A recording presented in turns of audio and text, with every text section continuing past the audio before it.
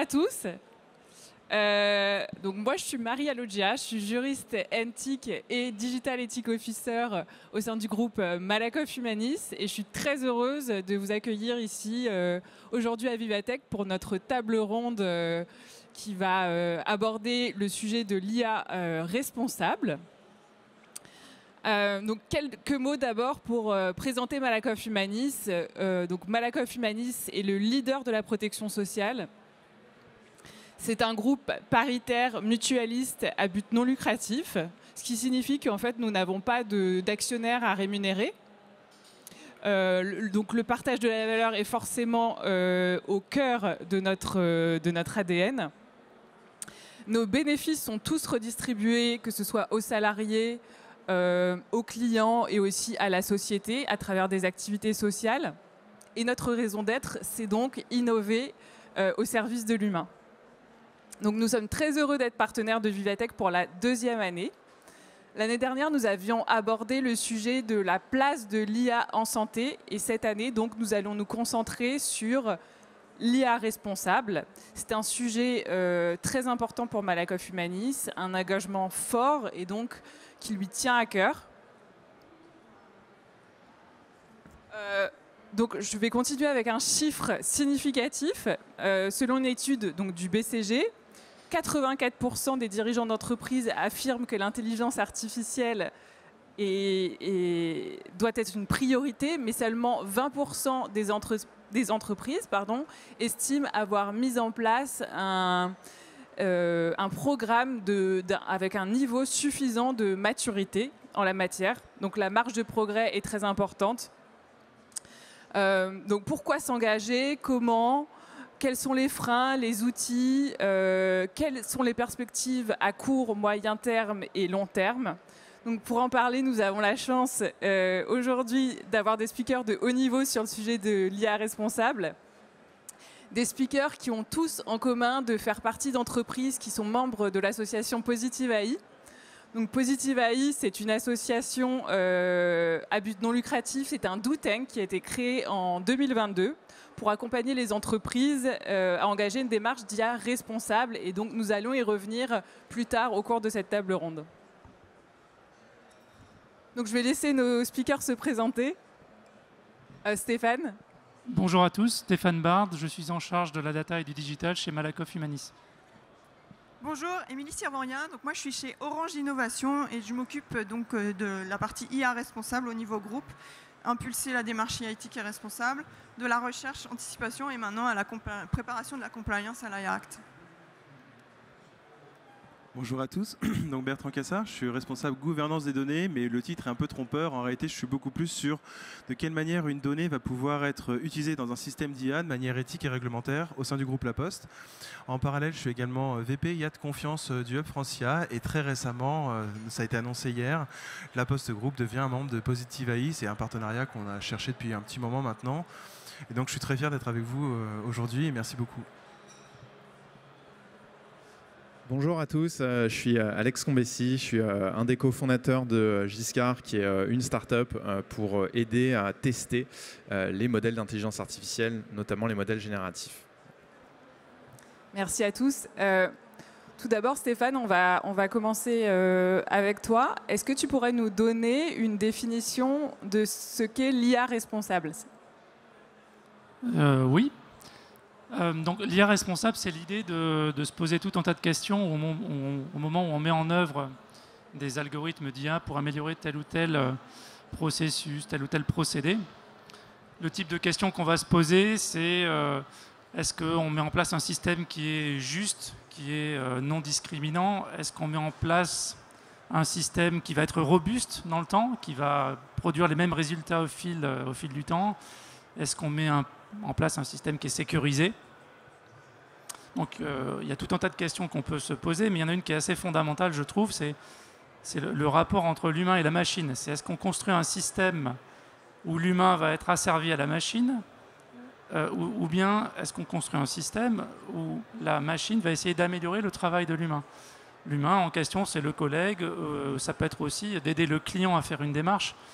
Donc c'est bien une question d'éthique. C'est le point d'équilibre qu'on cherche à trouver entre le bénéfice pour le client ou le collègue, le salarié, et puis pour l'entreprise. Le point d'équilibre, il est subtil. Hein, c'est pas évident. Et donc cette démarche d'éthique et d'IA responsable, elle cherche à trouver l'optimum entre ces trois dimensions. C'est vrai qu'il y a des responsables, donc c'est le fait de déployer, commercialiser, utiliser des SIA d'une manière qui soit éthique, sûre, respectueuse des droits fondamentaux. Il y a différents piliers qui ont été envisagés dans ce cadre-là et qui ont été aussi identifiés par les experts en la matière. Donc on parle de tout ce qui est équité, explicabilité, transparence, robustesse, bienveillance, confidentialité, respect de la vie privée, donc, et la responsabilité. Donc, tous ces piliers ont été mis en œuvre pour justement analyser les taux de maturité des entreprises dans le cadre de leur démarche. Mais c'est vrai que l'intelligence artificielle est souvent aussi comparée à une boîte noire. En entreprise. Émilie, comment êtes-vous donc vous organisé en termes de gouvernance chez Orange pour justement rendre l'usage de l'IA éthique, responsable et transparent? Oui, alors du coup, nous, l'opérationnalisation en fait, de la démarche IA éthique et responsable, elle s'organise autour de 4 piliers. Hein. C'est effectivement la gouvernance, donc nommer des personnes responsables. Et donc on a commencé aussi par créer un comité éthique avec des membres externes qui sont là aussi pour challenger et nous permettre de prendre du recul par rapport à ce qu'on fait et qui vont nous aider à analyser nos cas d'usage, par exemple les plus sensibles, les questions qu'on se pose. Donc voilà, et on a aussi nommé des référents éthiques dans les différents pays de notre groupe pour déployer aussi localement, adapté à la culture locale, la démarche. Donc, une partie gouvernance. Une partie acculturation aussi. Par exemple, on a créé un e-learning pour tous les collaborateurs pour être sensibilisés à l'IA éthique. Ah oui, je n'ai pas dit dans la gouvernance, il y a aussi tout ce qui est charte et guidelines, aussi la vision vraiment de l'entreprise. Donc après, il y a effectivement toute l'acculturation, donc de la sensibilisation à très précis techniquement sur les principes. Et après, il y a toute la démarche d'évaluation de risque des projets pour justement, voilà, avec des questions que tous les projets doivent se poser pour évaluer un peu les risques, l'impact de leur système sur les personnes, sur l'environnement, etc. Et puis après, c'est l'outillage pour agir, en fait. C'est ça nos 4 grands piliers. Donc après, la transparence, c'est un terme vague. Il y a aussi la transparence de la communication vers nos clients. Déjà, les prévenir qu'ils sont en interaction avec les IA. Il y a la transparence vis-à-vis de nos collaborateurs aussi, dire quel est l'objectif des systèmes d'IA qu'on développe. Enfin, voilà, ça peut vouloir dire plein de choses. Il y a aussi l'explicabilité, hein, de donner des informations sur les résultats des modèles. Donc c'est assez vaste, mais voilà, il y a aussi même encore des enjeux techniques de recherche. Hein, l'explicabilité, c'est un sujet vaste, mais voilà, c'est un peu toutes ces facettes-là, la transparence. D'accord, merci Émilie. Donc c'est vrai qu'on a besoin aussi de rendre pérenne cette pratique éthique en entreprise.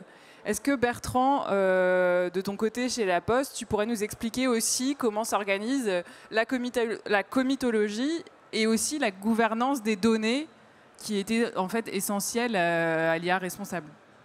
Alors oui, par exemple, je pourrais te donner un exemple. Si je dis je ne souhaite pas que cette conférence, en vertu de mon droit civil, je sois filmé, enregistré, que ce soit diffusé, je ne donne pas mon droit en termes de personnes à être captées en termes d'image, le droit en fait va s'appliquer et va empêcher que cette donnée soit diffusée. Tu vois, c'est un exemple typique qu'on pourrait mettre en place.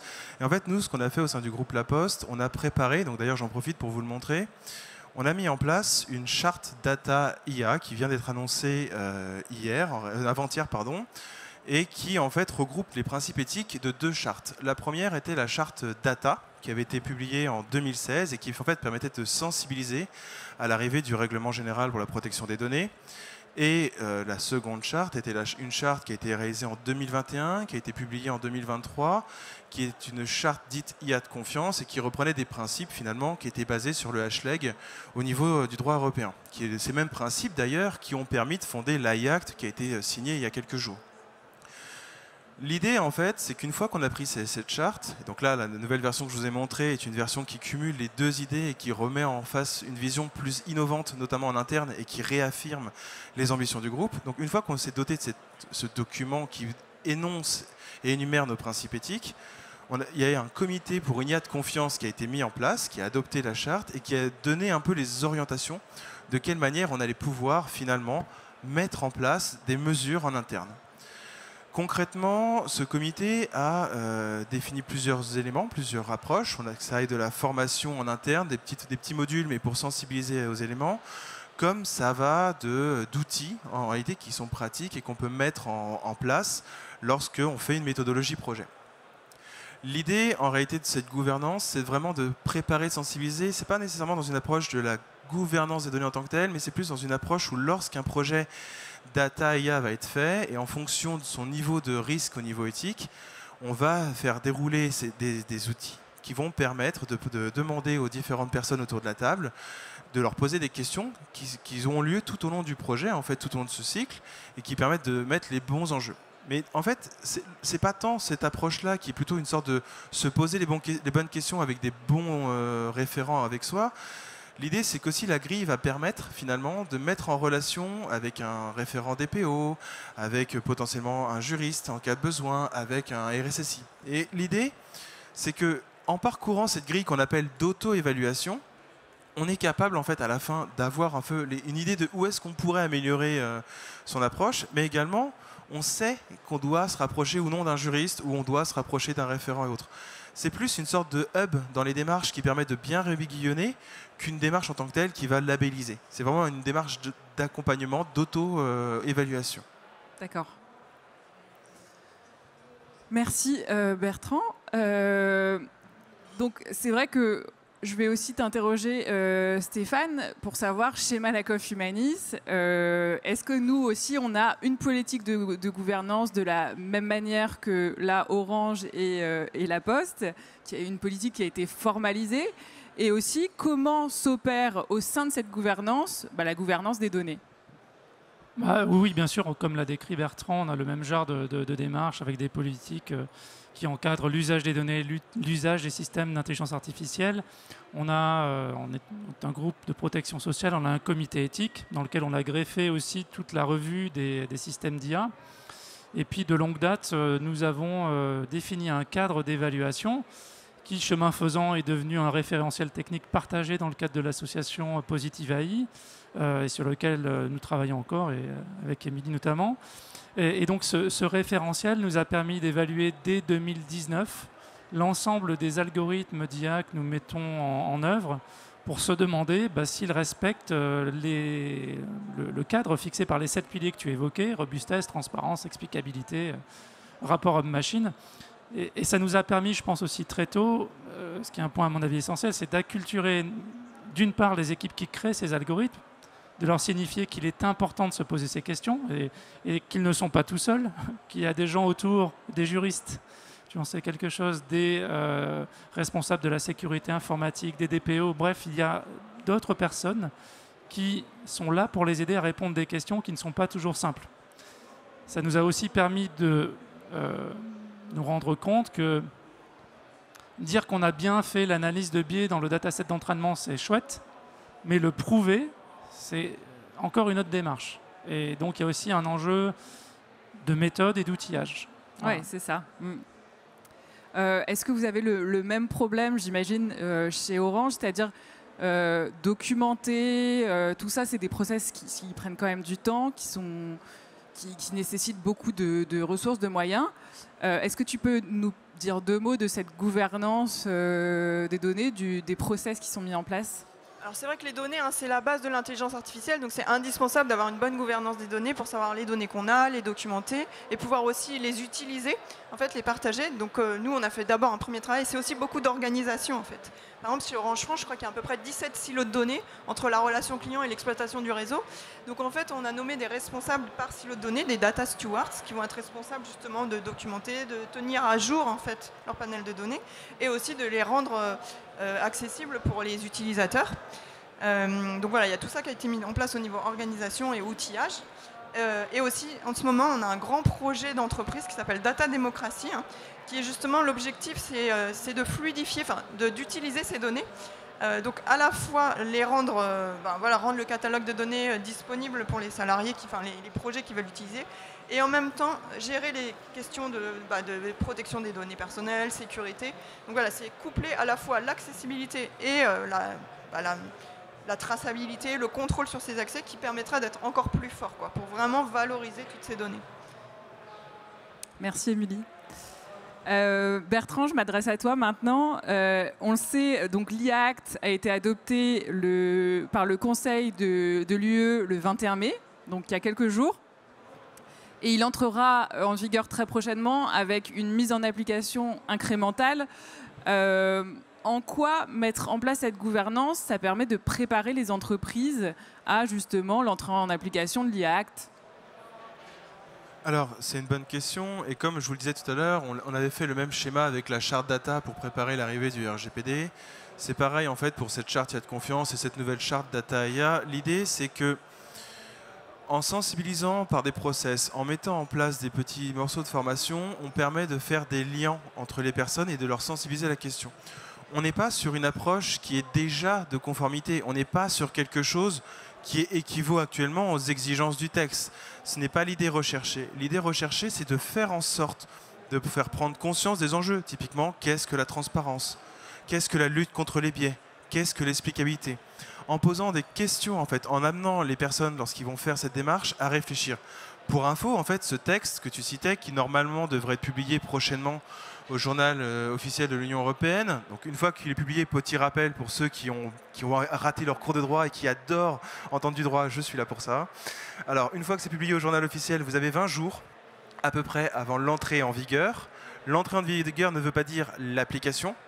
Après, vous allez avoir différentes exigences qui vont rentrer plus ou moins dans le temps. Donc, là, au bout de 6 mois, ça sera ce qui concernera les systèmes d'IA interdits. Bon, c'est dans le nom, hein, c'est interdit.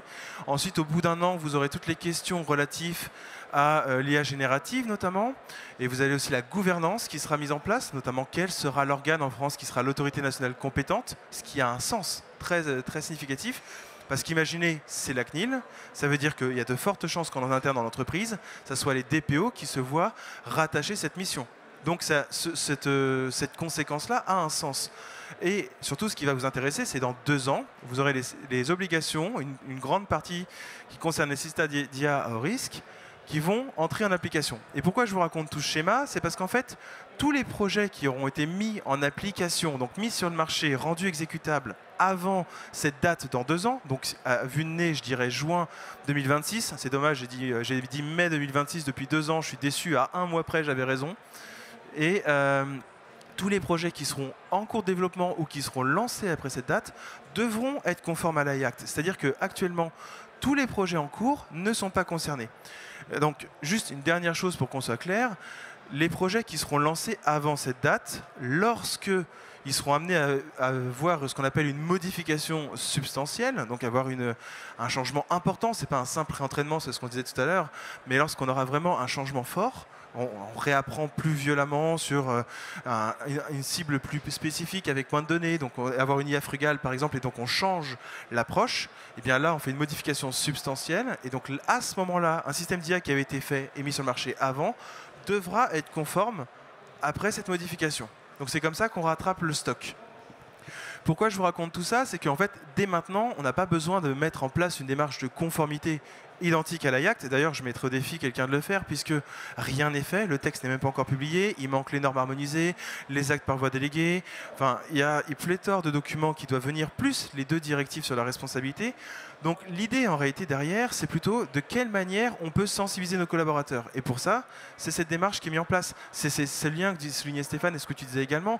C'est comment on va faire en sorte de faire du lien avec des référents IA de confiance, à la fois métier, à la fois RGPD, à la fois juriste. Et comment en fait le but de la démarche, c'est pas d'être voyant. Vous voyez, j'ai raté, j'avais dit mai 2026, finalement ça sera juin 2026. Mais l'idée, c'est finalement d'être capable d'accompagner ses collaborateurs, de tracer les sillons pour que lorsqu'on doit planter, la terre soit fertile et qu'elle ait été bien mise en jachère. Et c'est ça l'objectif. On ne veut pas dès maintenant être conforme à l'IA Act, on veut que lorsque l'obligation arrive, les équipes soient capables de se mettre en marche. Merci Bertrand. Donc je vais aborder une question peut-être un peu plus personnelle. c'est vrai que l'IA, en fait, va avoir un impact énorme, que ce soit sur l'emploi, l'éducation. On voit que Elon Musk disait lui-même hier que, en fait, les parents allaient être garants des valeurs et de la morale qui seront inculquées aux enfants. Et donc, voilà, c'est vrai qu'on aura un impact global, même sur toute la société et sur les clients des entreprises d'autant plus. Est-ce qu'il ne faut pas justement pouvoir vraiment incarner ces valeurs pour les porter et avoir aussi, que ce soit une question de conviction? Quel est ton avis, Stéphane, sur ce sujet? Je pense que fondamentalement, ces outils, ils sont très puissants, ils peuvent permettre de faire le meilleur ou le pire. Et puis les impacts de l'IA sur la société, ils sont déjà là en fait. Avec l'IA, on truque des élections, on bipolarise les forces démocratiques. Enfin, tout ça, c'est pas de la théorie, ça se passe, ça s'est passé aux dernières élections, ça se passe actuellement pour des élections partout dans le monde. Donc c'est un réel danger. Et l'IA générative, ça vient accélérer cet effet ou démultiplier cet effet. Comment discerner le vrai du faux? Qu'est-ce qu'on va demander à nos collègues dans certains métiers demain? Quelle va être la spécificité de ce qu'amène un collègue par rapport à un outil? Comment savoir si ce que nous raconte un outil, c'est juste? C'est un petit peu effrayant, quoi. Donc, toutes ces démarches d'IA de confiance, c'est pour éviter qu'on aille dans le mur. Hein, c'est pas plus compliqué que ça. Et donc, nous, chez Malakoff Humanis, on s'est engagé au titre d'une démarche d'intérêt général, d'un ADN sociétal, parce qu'on pense qu'il faut encadrer, ça ne veut pas dire ralentir, il faut encadrer la manière dont on met en place ces technologies dans les entreprises. Il faut encadrer, comme je le disais, le point d'équilibre entre le bénéfice pour l'entreprise et ses clients et ses salariés. C'est pour ça qu'on fait tout ça. C'est parce que ça dépasse le cadre, on pense, même simple de notre entreprise. C'est vraiment un sujet de société. Merci Stéphane. Donc maintenant, nous allons aborder plus particulièrement donc, les freins, les difficultés, les défis auxquels sont confrontées les entreprises dans le cadre de la mise en œuvre de cette démarche et d'une future conformité aussi au règlement IA. C'est vrai que ce n'est pas simple d'engager une démarche d'IA responsable, vous nous l'avez tous expliqué. Émilie et Stéphane, je m'adresse plus particulièrement à vous pour cette question. Pouvez-vous me détailler les difficultés qui ont été rencontrées au sein de vos entreprises respectives? Alors quand on a commencé, en fait, il y avait plein de petites actions un peu partout dans l'entreprise. Bon, nous, on est assez gros, hein. Donc il y a quand même un sujet d'arriver à aligner en fait, l'entreprise vers un but commun, quoi. C'est pour ça que commencer par une charte, par exemple, ça permet d'avoir une vision, bon, même si ça peut être un peu théorique, et après décliner en actions concrètes. C'est une étape. La labellisation, en fait, a cet effet vertueux de réussir à rassembler des silos de l'entreprise, en fait. Faire discuter ensemble, justement, des juristes, la communication, les RH, les data scientists. Ça, c'est vraiment... c'est un frein, mais à la fois un avantage que j'ai plutôt envie de partager des labels, parce que les labels, justement, ça nous permet de dépasser les difficultés et d'aligner vers un objectif commun. Et l'IA responsable, en fait, si c'est difficile, ça donne aussi beaucoup de sens aux collaborateurs. Donc moi, je trouve que c'est surtout beaucoup de positif, même si, effectivement, là, sur la data science, il y a plein de difficultés, on n'a pas accès aux données, voilà, il y a plein de difficultés classiques. Mais nous, je trouve que comme on a cette gouvernance, ça permet de donner l'élan, donner la direction. Après, la culturation, c'est aussi une grosse difficulté, parce qu'avant que tout le monde adhère en fait, aux valeurs,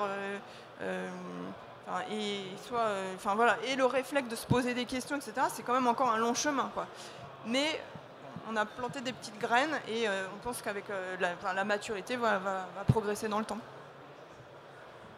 Moi, je vois deux natures de difficultés. Il y a une difficulté qu'on n'a pas eue, mais qui me semble être une difficulté importante, c'est nous n'avons pas eu à convaincre nos dirigeants que c'était important. C'est plutôt l'inverse. Ils nous ont demandé rapidement de mettre en place un cadre. Mais je pense que dans beaucoup d'entreprises, il y a des dirigeants qui en parlent et il y a ceux qui mettent des moyens pour le faire. Donc, chez Malakoff Humanis, il y a des moyens importants qui ont été mis. Ça, je pense que ça peut être une difficulté dans de nombreuses entreprises, d'aller convaincre des dirigeants que c'est important, il ne faut pas attendre que l'IAC soit publié et que la CNIL vienne avec des exigences pour entamer quelque chose. Il faut anticiper.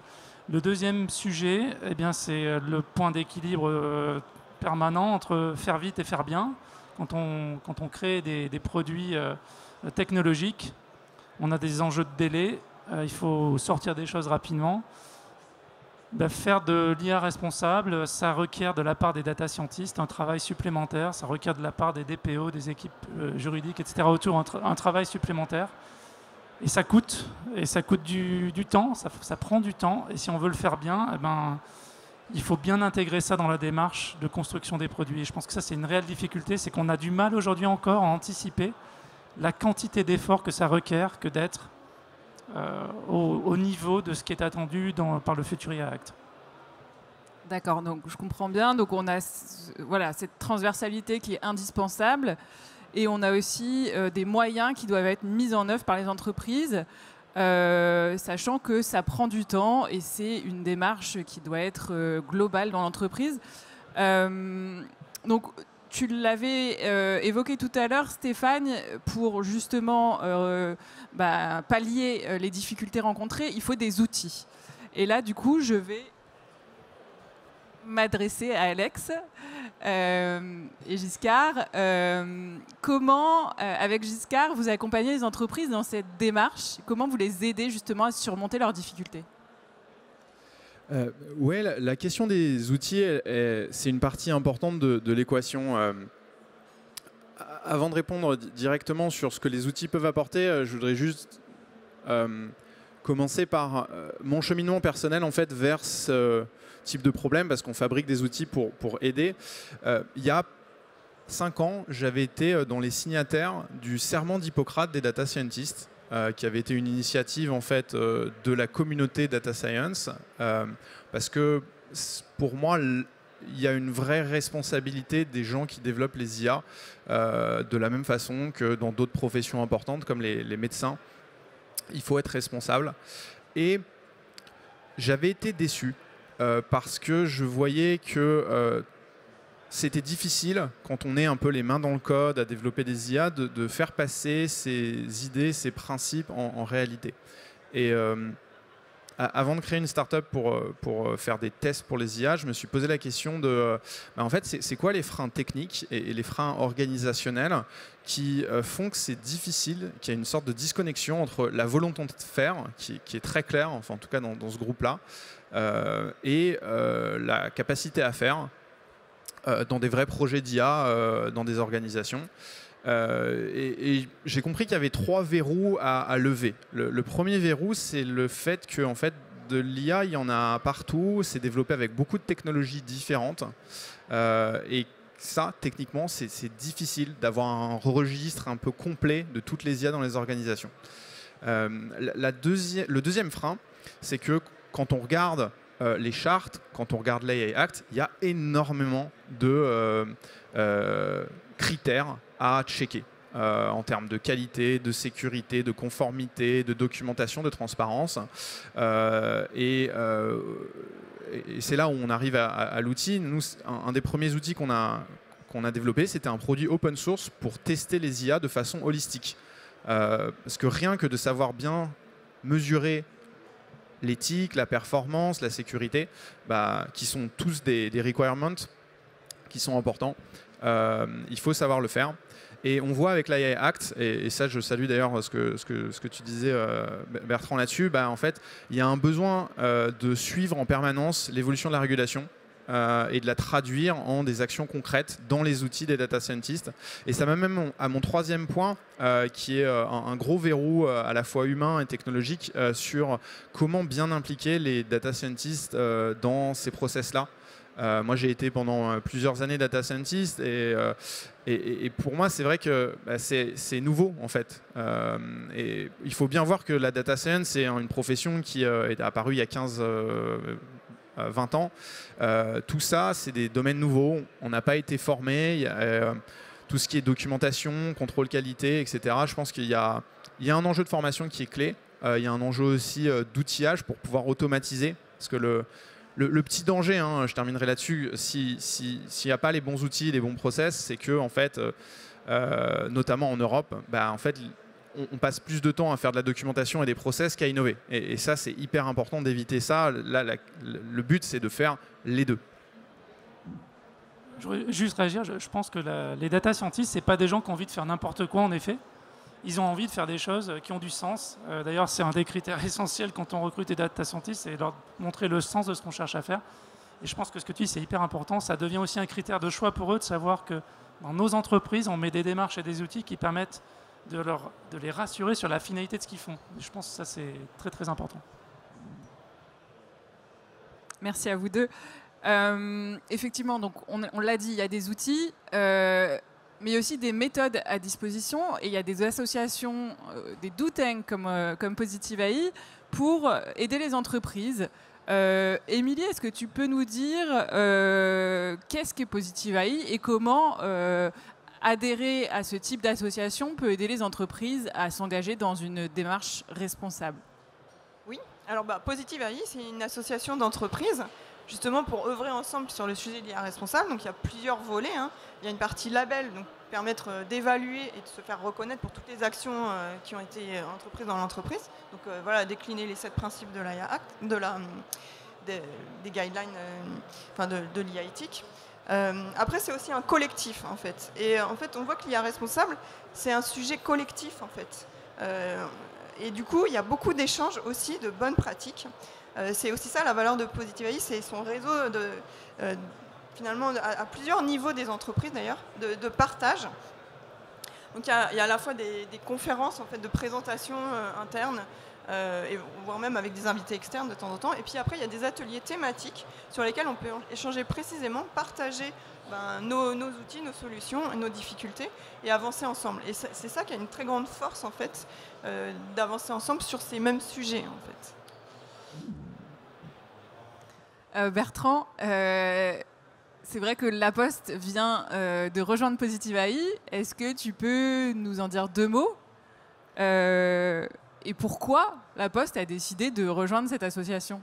Alors, c'est une bonne question et je pense que tu as dit l'essentiel. En fait, l'idée, c'est que, comme je vous l'ai dit, les textes ne sont pas faits. On n'a pas de doctrine, même quand les textes seront publiés, que tout sera prêt, on n'aura pas de doctrine harmonisée et autres.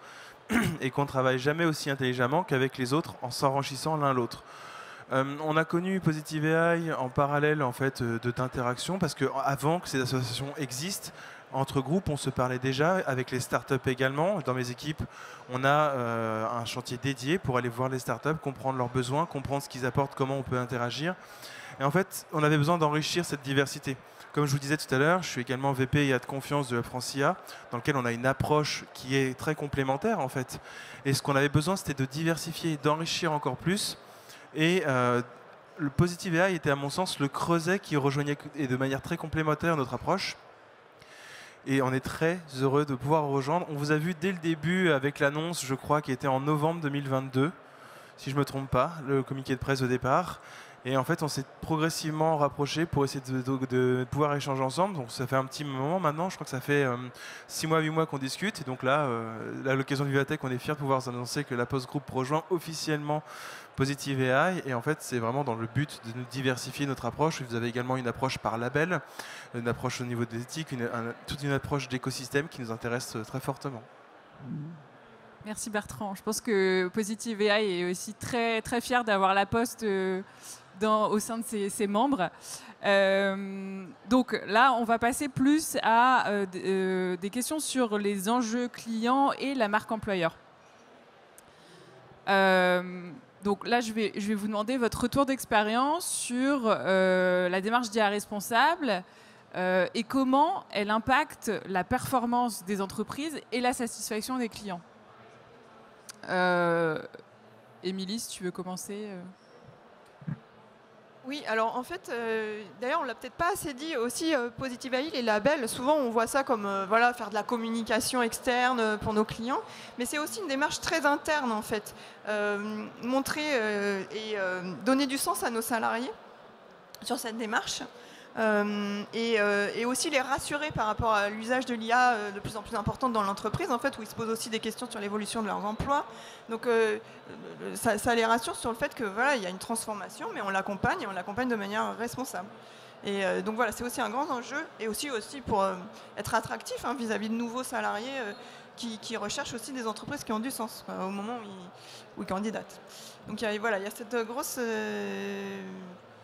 avantage. Après, je ne sais plus exactement ce qu'était la question. Oui, c'est voilà, comment la démarche d'IA responsable a-t-elle un impact sur la satisfaction client? Voilà. Donc moi, je voulais insister sur l'interne et les salariés, parce que c'est aussi avec eux qu'on construit des solutions de qualité. Et après, évidemment, l'idée, c'est de communiquer avec nos clients. Donc évidemment, ça doit infuser dans les produits qu'on développe, notamment pour la relation client. Et donc, oui, voilà, l'idée, c'est de prouver aussi, avec cette démarche, avec ce label qui est reconnu avec un audit tiers, en fait, qui va regarder ce qu'on fait en interne. Donc là, on est obligé d'ouvrir la boîte noire, justement, de ce qu'on fait en pratique. Donc c'est pas forcément très agréable au début. On ne sait pas comment ils vont évaluer ce qu'on fait. Mais donc voilà, par contre, une fois qu'on a cette reconnaissance, on peut la communiquer. C'est une preuve de reconnaissance de toutes nos actions. Et donc, voilà. On espère que ça va, ça impacte la qualité au final de notre service aux clients. Oui, c'est vrai que c'est un facteur en fait de confiance pour les clients à travers les piliers de l'explicabilité, la transparence, et aussi un facteur différenciant pour recruter des nouveaux salariés. Tu l'as un peu dit, Stéphane, tout à l'heure. Est-ce que tu es d'accord avec ça? Est-ce que je reviens 2 secondes sur les avantages du label Positive AI. On a parlé de la partie communauté de Positive AI.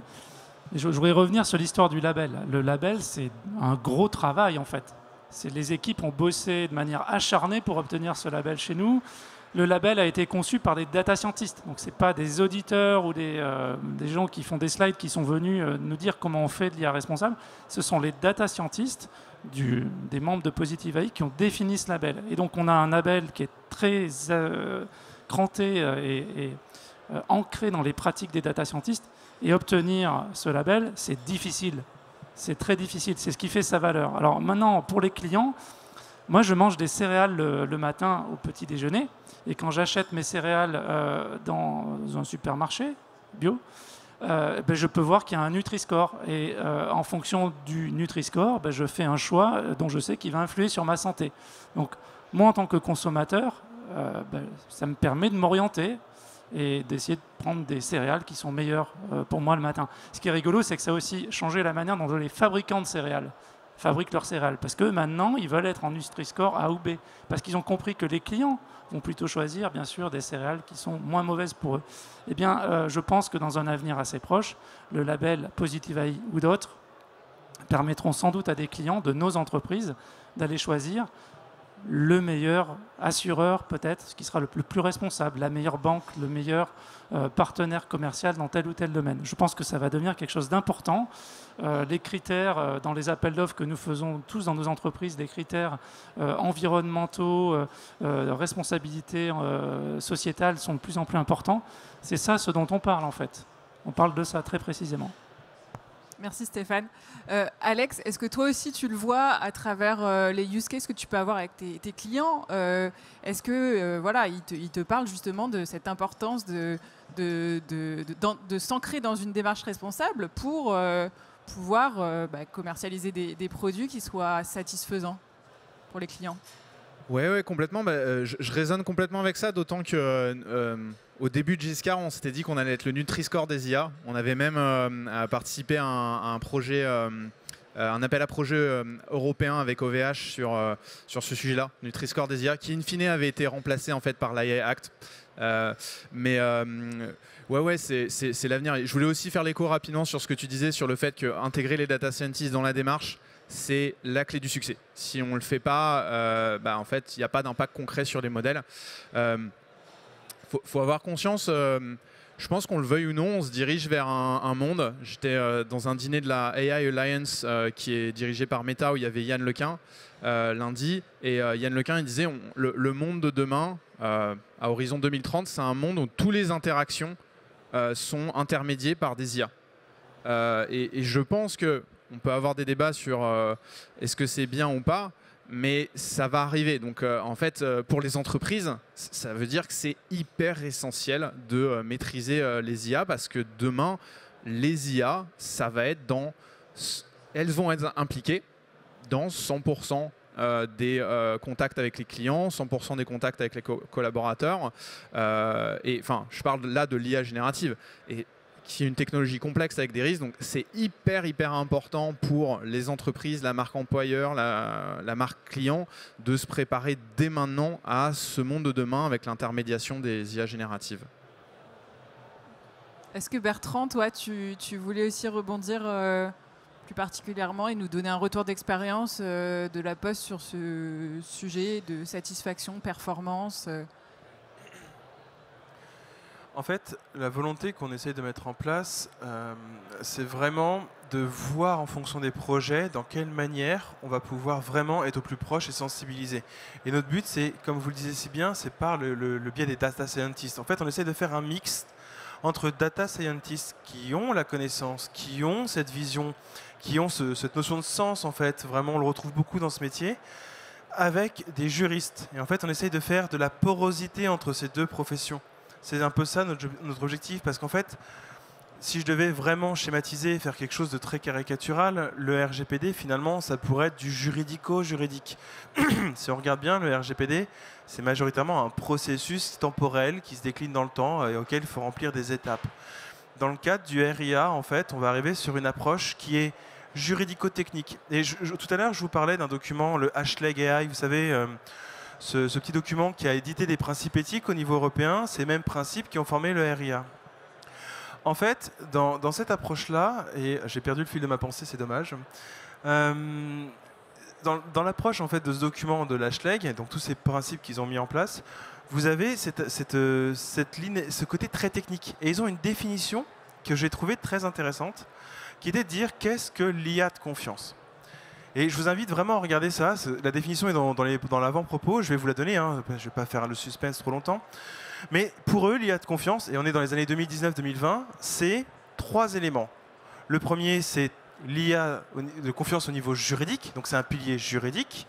Le deuxième, c'est un pilier technique, à savoir les normes, à la fois les standards que peuvent avoir les data scientists, les normes AFNOR, Sensenelec, ISO, NITS et autres, tout ce qui pourrait être à la fois normatif, à la fois une sorte d'aspect technicité, l'état de l'art, et quels seraient les services qui nous permettraient d'avoir cet état de l'art. Et enfin, le dernier pan, c'est l'IA éthique.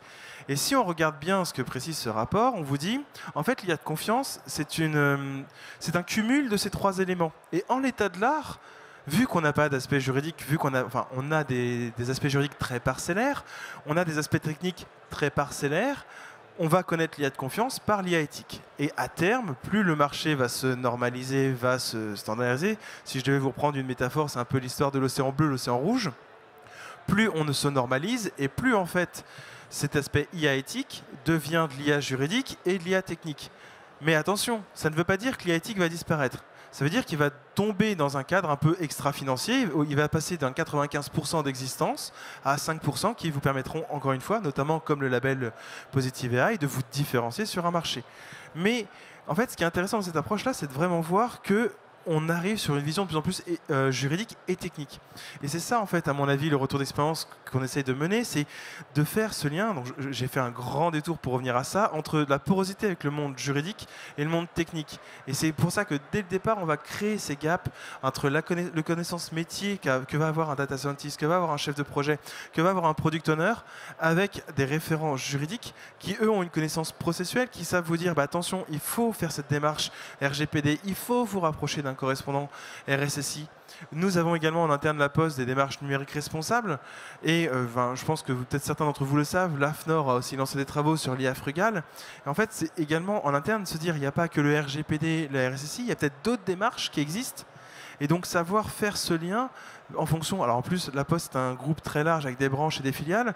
Donc on a à chaque entité finalement des points de relais différents et pas forcément des mêmes démarches. On va trouver peut-être au niveau du groupe une démarche qui s'appellerait numérique responsable et dans une des branches une démarche qui s'appelle numérique éthique. Voyez, donc on ne peut pas forcément avoir un écosystème usuel. Donc il faut vraiment avoir ces référents qui vont faire finalement cette idée de web, cette toile et diffuser l'idée partout, innerver à chaque endroit cette logique en fait au final de faire une porosité entre le monde juridique et le monde technique. Et c'est et juste termine sur ça. Et c'est dans ce cadre-là qu'on va avoir des outils, des fameux RegTech, comme Giscard en fait partie, comme d'autres, qui vont vous permettre, pour un juriste qui va devoir faire de la conformité, d'avoir l'outil technique, le modèle algorithmique qui va vous permettre de contrôler l'évolution des biais, l'ouverture, l'explicabilité. Et en fait, c'est un monde dans lequel celui qui fera la conformité aura besoin d'avoir une connaissance technique et d'avoir des outils techniques à sa disposition. Et c'est ça en fait l'objectif. C'est de faire cet échange de bonnes pratiques comme on le fait en ce moment même d'ailleurs.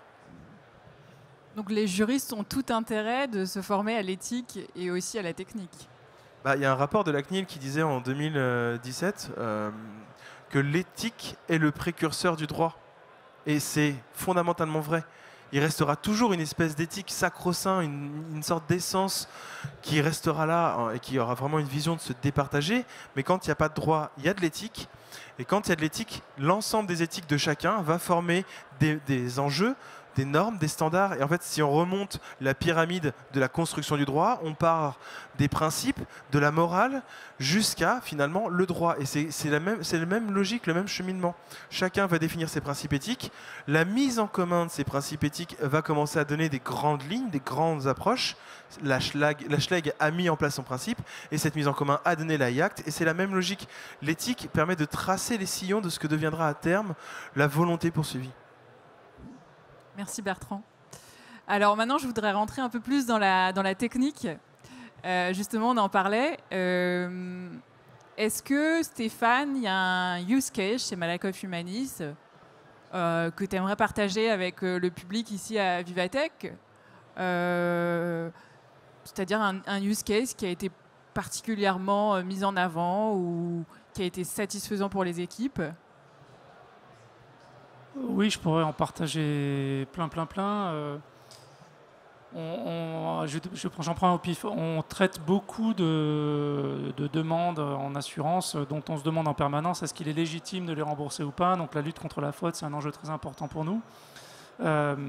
C'est un enjeu aussi d'équité, d'équilibre, parce qu'on mutualise des risques. Donc bien gérer, bien lutter contre la fraude, bien détecter ceux qui cherchent à abuser du système, c'est aussi préserver des prix bas pour la majorité de ceux qui sont, la large majorité de ceux qui sont honnêtes. Mais en lutte contre la fraude, le sujet de l'éthique, il est tout le temps là en fait. C'est-à-dire qu'on ne veut pas faire perdre du temps à nos assurés, on ne veut pas faire perdre du temps à nos collègues. Ça pose la question tout le temps de ce dont je parlais tout à l'heure. Quel est le rôle de l'humain là-dedans? Donc nous, on a un postulat, c'est que la machine vient aider l'humain, c'est toujours un humain qui décide à la fin. Vous voyez qu'on peut se poser des tas de questions éthiques en disant, tiens, ça irait plus vite, je dirais, on met un détecteur, on décide qu'il a tout le temps raison, et puis quand il a tort, tant pis pour le client, quelque part. Nous, on ne fait pas ça. Donc ça, c'est une fierté parce que ça marche, on arrive à détecter des fraudes et ça permet de, comme je disais, de maintenir des prix qui sont plus bas pour l'ensemble des clients qui sont honnêtes. Mais c'est aussi une fierté parce que les questions d'éthique sont omniprésentes là-dedans et je pense qu'on les traite bien et les équipes sont satisfaites de la place que ça prend, cette dimension éthique, dans le travail qu'ils font. Merci Stéphane, pardon. Émilie, est-ce que tu as un use case en particulier que tu aimerais nous partager? Oui. Alors nous, c'est pareil, on a plein de cas d'usage, mais je peux en donner un en fait qui nous a permis de nous exercer en fait sur la démarche responsable, notamment la gestion des billets. Donc c'est par exemple les recommandations d'offres, notamment de bouquets télé. Et en fait, on a un bouquet télé sport. Et du coup, en fait, ça s'intègre dans la transformation du marketing avec mettre de l'IA. En plus, nous, on a énormément de clients, donc on est obligé quand même d'automatiser. On ne peut pas laisser la décision à l'humain toujours, même si c'est quand même les humains qui paramètrent, qui donnent les objectifs du système. Il y a quand même une partie automatisée. Et du coup, on fait des recommandations toutes les semaines à nos clients d'offres par rapport à leur appétence et aussi au business que ça nous apporte. Et donc on s'est posé la question avec ce cas d'usage, est-ce qu'on peut avoir des biais? Puisqu'on sait que dans le domaine du sport, peut-être que entre les gens, les femmes et les hommes, on n'a pas forcément les mêmes usages. Donc on avait un seul modèle en fait pour tout le monde. Et donc on a exploré en fait. Et c'est ça aussi, la démarche éthique nous a forcé à nous poser des questions qu'on ne s'était pas forcément posées avant, que les data scientists n'avaient pas forcément imaginé dès le début de la conception du modèle. Donc effectivement, on s'est donné une métrique d'équité pour essayer d'évaluer est-ce que notre modèle, il va recommander pareil aux femmes et aux hommes, puisqu'effectivement on a moins de clients femmes sur ce type d'offre. Et donc on a constaté effectivement un petit déséquilibre. On a fait donc des analyses par groupe en fait, et on a pu rééquilibrer en fait le petit décalage de performance qu'on avait entre les différents groupes. Donc c'est un exemple de démarche qu'on cite beaucoup en interne comme modèle de démarche de gestion de biais en fait, par exemple. Merci Émilie. Bertrand, est-ce que tu veux nous parler d'un cas d'usage chez La Poste ? Alors, c'est pas vraiment un cas d'usage dont je voudrais vous parler. Je vous parlais tout à l'heure de la charte data IA, et en fait, dans cette charte, il y a un point qui rejoint un peu ce qu'on s'est dit, et j'aimerais donc juste vous faire cette petite lecture.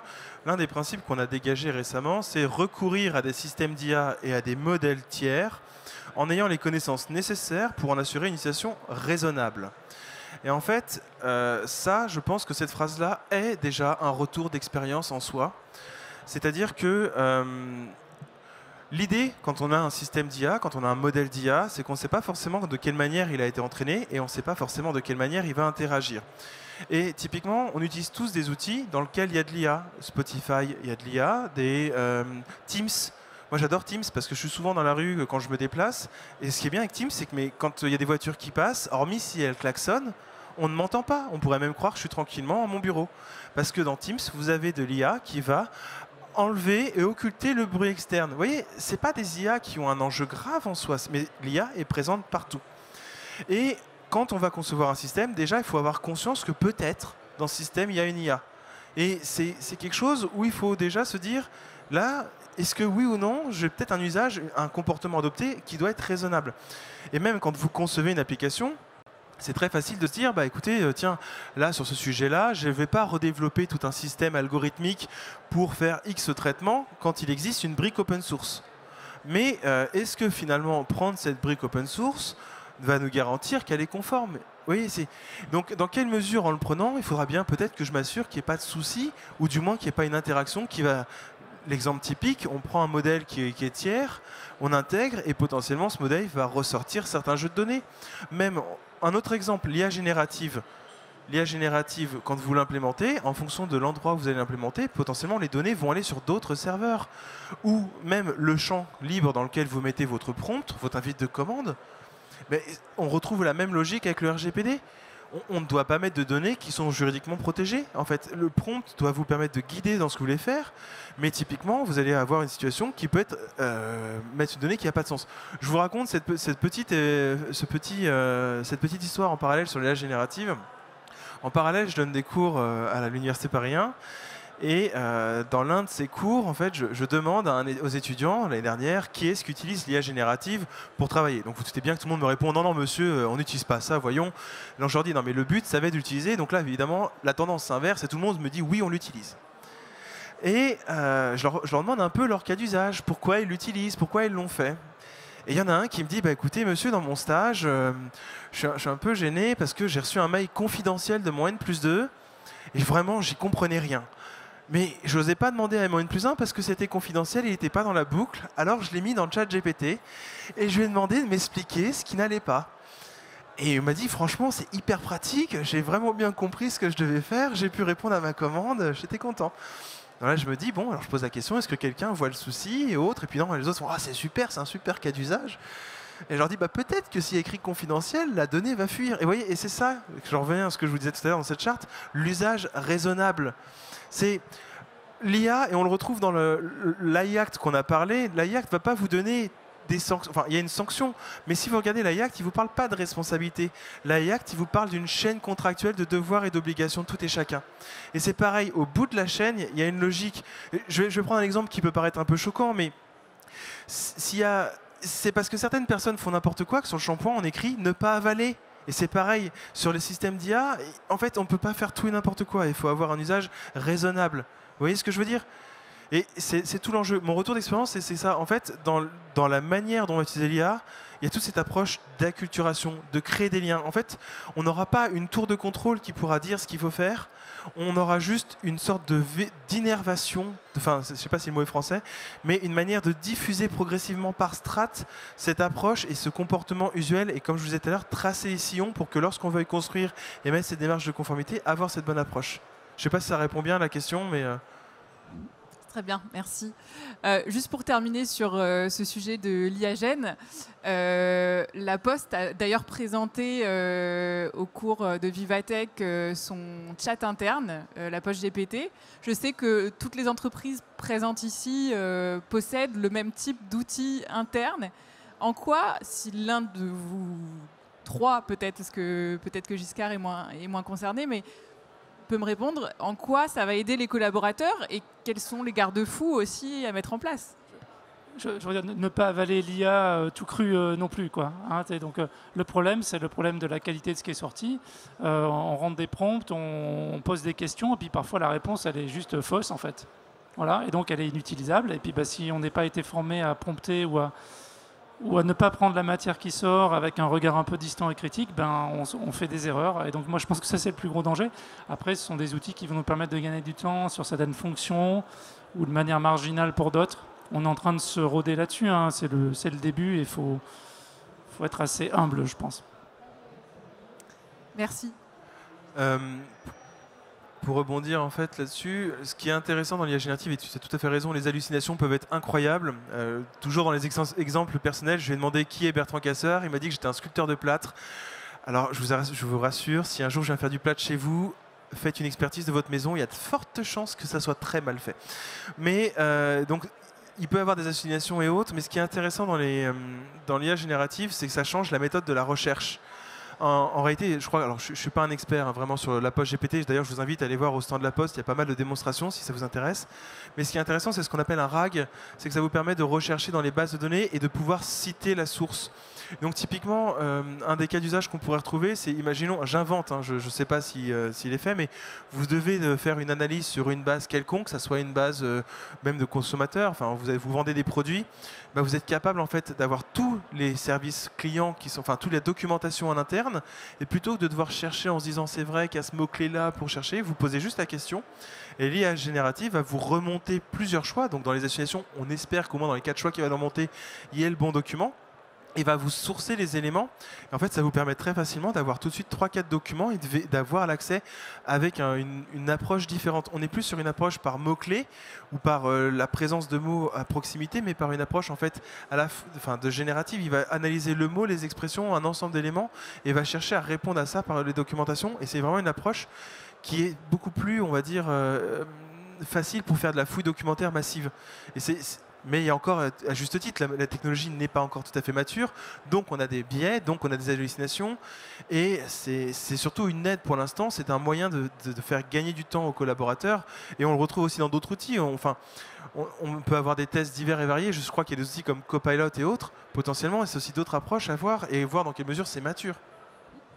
Ça rejoint ce que tu disais tout à l'heure sur l'intérêt d'avoir un usage raisonnable. Donc ça peut permettre un gain de temps qui est phénoménal, mais il faut garder en tête qu'il y a des risques, il y a des risques d'hallucination, de biais, et donc il faut pouvoir utiliser ces outils de manière raisonnable et responsable. Donc merci à tous pour ces échanges très passionnants. Maintenant, nous allons passer brièvement donc, aux questions du public.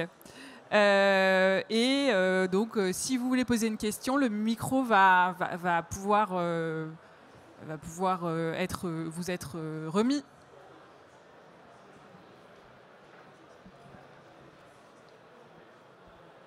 Pardon.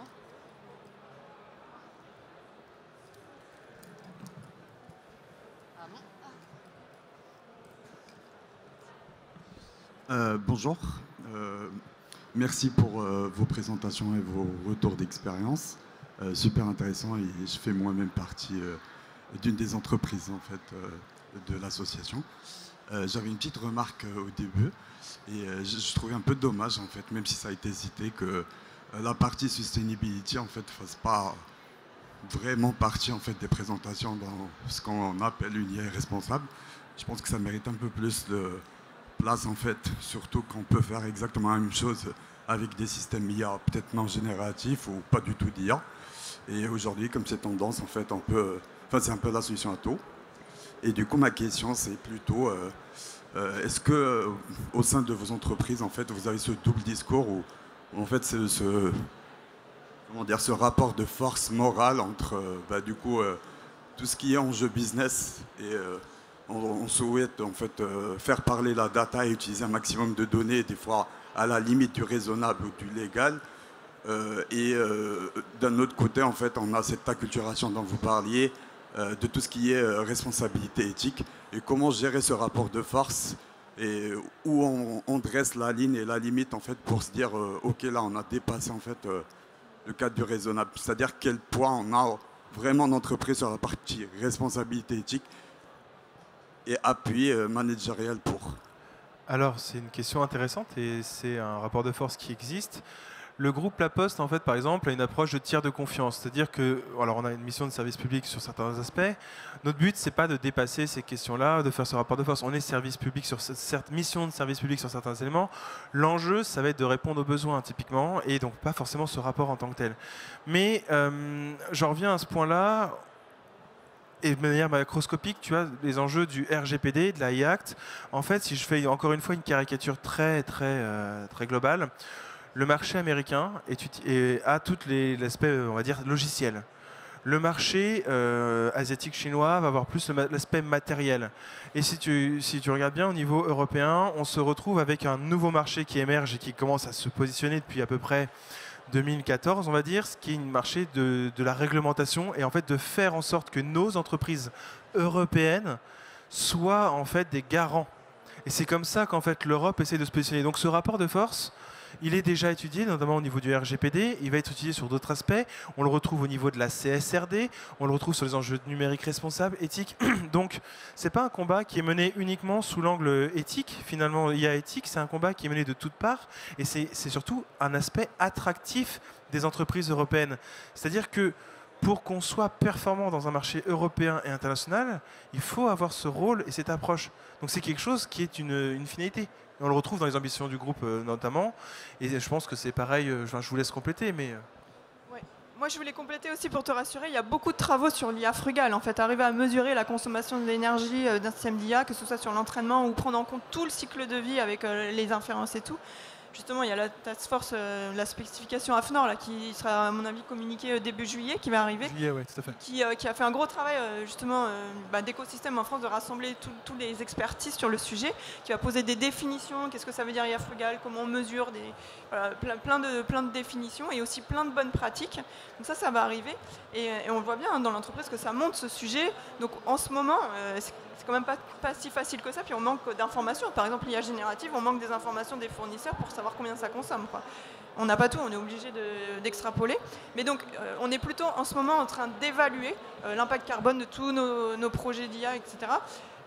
Et ce que j'avais aussi envie de dire, c'est que les compromis dont tu parles, c'est vraiment du cas par cas, en fait. Il n'y a pas de règles.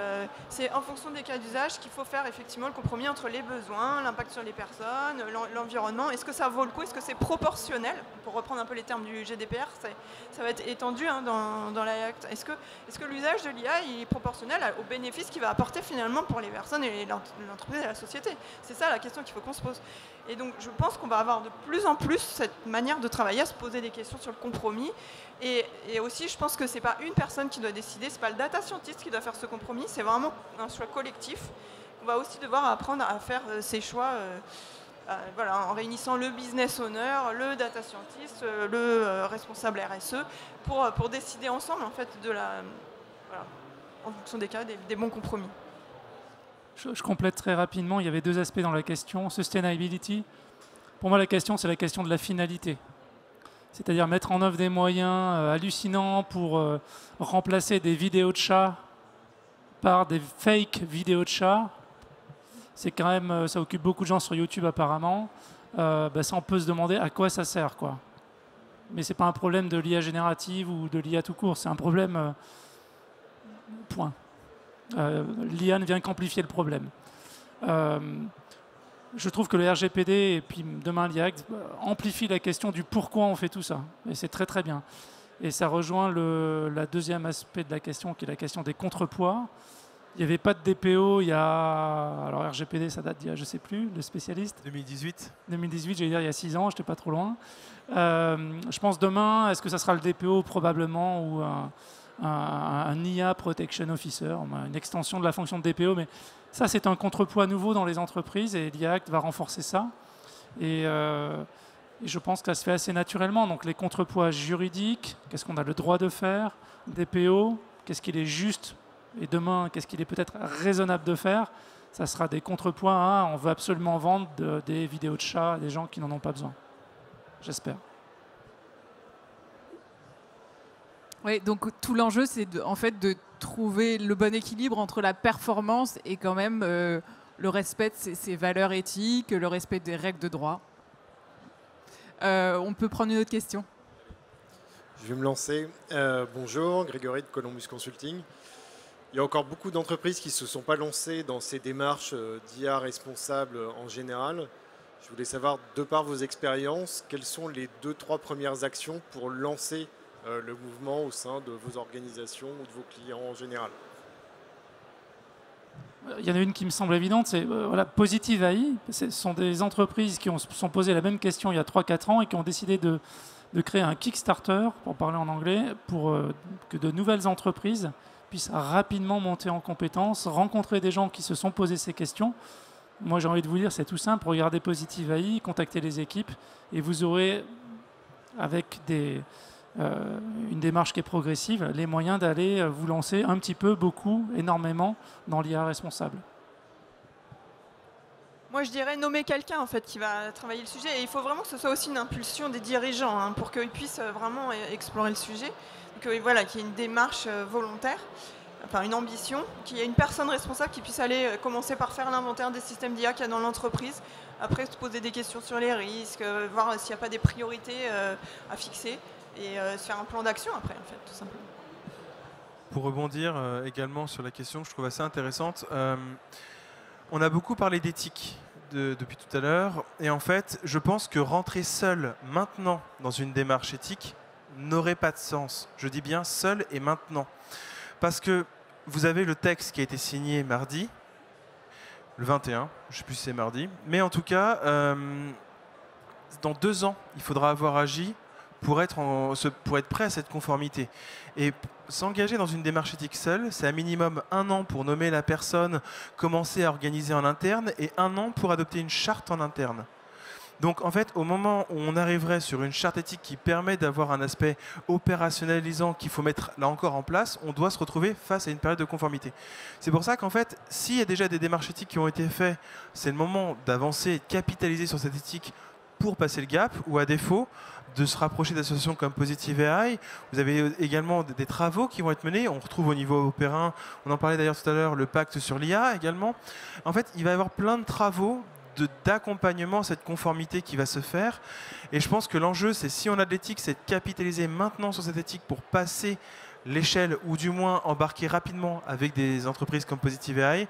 Et à défaut, en fait, commencer à se préparer à l'arrivée et mettre en place un cadre et d'avoir une personne à la fois pour sensibiliser et à la fois pour que la personne qui sera nommée puisse se préparer à ça. Je ne sais pas si ça répond à votre question. Juste pour ajouter quelques mots là-dessus, la chance, c'est qu'une entreprise qui veut se lancer maintenant là-dedans, il y a beaucoup plus de ressources et l'écosystème est beaucoup plus développé qu'avant, que ce soit au niveau de retour d'expérience, d'industriels qui l'ont fait, au niveau outillage, au niveau standard. Là, on est vraiment en 2024. Faut aussi se féliciter de l'avancée par rapport à il y a simplement 2 ans. L'AI Act, il a été voté. Il y a pas mal de normes d'ailleurs dont les premiers textes vont être finalisés cette année. Il y a encore beaucoup d'annonces à faire, bien sûr, mais je pense qu'on est beaucoup plus prêt. Ça va être un cheminement, ça va durer encore 2 ans pour bien stabiliser, mais l'écosystème, il va se mettre en place. Et il faut voir que c'est une étape nécessaire. dans le domaine je sais pas, de l'audit financier, dans le domaine de la standardisation dans l'industrie, il y a eu des changements dans les façons de faire qui prennent du temps. À la fois le public, le privé se met en place, la régulation se met en place. Mais je pense qu'en Europe, on a quand même de la chance, parce qu'il faut rappeler quand même que l'AI Act, c'est quand même pour le bien commun. Hein. Enfin, je veux dire, l'IA, c'est un truc qui transforme les sociétés. C'est bien d'avoir des règles d'un point de vue loi, quoi. Maintenant, il faut laisser voilà, à la fois les praticiens, les citoyens, s'adapter à ça. Moi, je garderai quand même l'enjeu de formation qui est pour moi hyper central. Enfin, Macron, mardi, c'était son premier message. Enfin, tout ça, ça peut marcher qu'avec de la formation des praticiens et des usagers. Je tire juste une mini conclusion pour rebondir à tout ça. Je pense qu'il est intéressant de voir que le temps est sur plusieurs granularités, qu'on vit les actions de manière un peu rapide. On a l'impression que ça va vite, mais en fait, c'est très ancien ces questions-là. Et je crois que c'était en 2014, vous avez Stephen Hawking qui avait fait une alerte en disant attention, en fait, vu où nos développements en IA, il serait intéressant de se préparer maintenant à commencer à regarder, parce que pour l'instant, c'est pas grave, mais avec le temps, il va falloir s'intéresser pour faire en sorte que l'IA ait des contraintes et une logique dans le développement. Et c'était en 2014, c'était il y a 10 ans. Et je pense qu'on oublie souvent qu'on n'a pas fait l'AI Act parce qu'on avait envie de faire un texte. On n'a pas fait les principes éthiques ou la HLEC parce qu'on voulait faire tout ça. En fait, cette démarche d'IA responsable, on n'est pas sur une fin en soi. On est sur le premier jalon de l'étape successive. C'est quelque chose de très constructif, très long. Le RGPD est sorti en 2016, il est entré en application en 2018. Une profession qui n'a même pas 6 ans d'existence. Ça veut dire qu'en 6 ans, la doctrine de cette profession n'est même pas définitive. La CNIL, qui est pourtant une instance ancienne, qui date de 78, la CNIL n'a toujours pas harmonisé sa doctrine. Il faut au minimum 10 ans pour qu'une doctrine s'harmonise. Donc là, on n'est qu'à une nouvelle ère. On vient de franchir 10 ans pour arriver juste à cranter cette étape. Maintenant, on va passer 2 ans pour sortir les textes et on va repasser 10 ans pour créer de la doctrine. On est sur une étape où en fait, c'est une course au long terme, où on le vit, où on a l'impression que c'est rapide en permanence, mais c'est de construire et faire en sorte qu'avec toutes ces démarches-là, on arrive à terme à vraiment construire une base et faire en sorte qu'on soit des tiers de confiance et qu'on garantisse ça pour nos utilisateurs. C'est pas aujourd'hui qu'on aura dès à présent tout mis en place alors que la IAC n'est même pas publiée, c'est qu'à terme, quand les exigences seront là, on sera préparé pour avancer dans les étapes successives. Et c'est ça l'enjeu d'adopter ces étapes d'éthique, de faire partie des consortiums comme Positive AI et d'avancer de cette sorte. On n'est pas tout de suite, immédiatement, c'est ça le mot de la fin, on n'est pas déjà responsable, on est en voie de le devenir et c'est ça notre avance sur le marché. En gros, la IAC, c'est le début. Hein. Bonjour. Alors, je suis chercheur dans une équipe d'IA de confiance dans un laboratoire de vérification formelle de logiciels. Et je me demandais si vous travaillez avec le monde de la recherche, que ce soit pour trouver des solutions techniques pour l'évaluation des modèles, parce qu'il y a des problèmes techniques, des problèmes encore ouverts, y compris dans les méthodes d'évaluation elles-mêmes. Et également le monde de la recherche en sciences sociales pour les questions d'éthique, d'impact sociétal. Alors, je rebondis très rapidement, je vais être bref. Dans le comité pour l'IA de confiance, on a peu de membres externes, mais en fait, ce sont des membres qui ont tous une expertise. Notamment, on a une personne de l'INRIA qui vient nous apporter sa connaissance. On a aussi Françoise Follier-Solgaman qui est un peu renommée sur les aspects techniques, qui est également membre de Hub Francia, qui est la conseillère scientifique de Hub Francia, qui nous apporte toute sa vision technique, qui vient nous accompagner.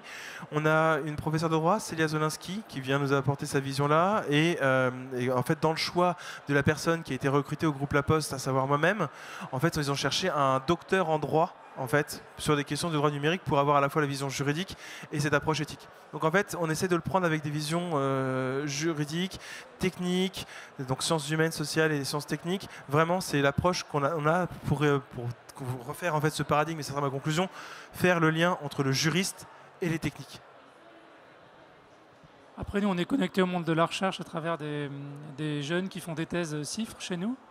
Donc ça, c'est une première manière de se connecter. Avec des écoles, on participe à des summer schools et des choses comme ça. Mais dans le domaine de l'éthique, plus spécifiquement, non, pas encore. Alors au niveau Positive AI, on a des gens qui sont quand même des experts qui contribuent à l'association. Mais je pense que c'est sans doute quelque chose qui est à développer, moi je dirais. Oui, nous aussi, on travaille beaucoup avec les chercheurs. Chez Orange, on a pas mal d'équipes. Et justement, sur l'IA responsable, ce que j'avais envie de dire, c'est que justement, il faut mélanger les sciences, en fait, la data science, la science humaine et les sciences juridiques, parce qu'on voit que on a vraiment besoin de comprendre comment les usagers, même par exemple sur l'explicabilité, bon voilà, il y a des méthodes très techniques pour trouver les attributs les plus importants pour la décision. Et puis après, ce que l'usager il comprend en fait de ces éléments. Et donc on voit qu'il faut coupler les deux pour avoir une conception d'explicabilité qui rende son objectif d'explicabilité en fait. Donc il y a encore plein de verrous scientifiques et plein de beaux travaux de recherche à mener, que ce soit sur l'impact environnemental, voilà, sur l'explicabilité, la robustesse, l'évaluation des modèles. L'évaluation de l'IA générative pose encore plein de nouveaux problèmes d'évaluation, par exemple. Les architectures entre distribuées ou centralisées. Enfin voilà, il y a plein de thématiques dans tous les sens. Donc oui, la recherche est indispensable pour nous aider à avoir toujours voir ce qui arrive après, en fait, et des solutions en fait, de problèmes qu'on n'a pas encore résolus aujourd'hui. S'il n'y a plus de questions, est-ce qu'on a le temps? Non, on n'a plus le temps pour les questions. Alors, je vous invite, effectivement, la table ronde est maintenant terminée, donc je voudrais remercier tous nos intervenants aujourd'hui, et vous pouvez les applaudir. Pour les autres questions, alors on a un buffet, on va pouvoir continuer les échanges autour de ce buffet, donc vous allez pouvoir rencontrer les équipes de Positive AI, notamment Philippe Streff qui est dans l'audience, et vous allez aussi pouvoir échanger avec les RH Malakoff Humanis, puisqu'on vient de créer récemment le pôle MHTech. On n'a pas eu l'occasion d'en parler, mais c'est un pôle qui recrute aujourd'hui et il y a plus de 100 postes à pourvoir. Donc je vous invite à pouvoir continuer ces échanges autour du buffet. Merci beaucoup.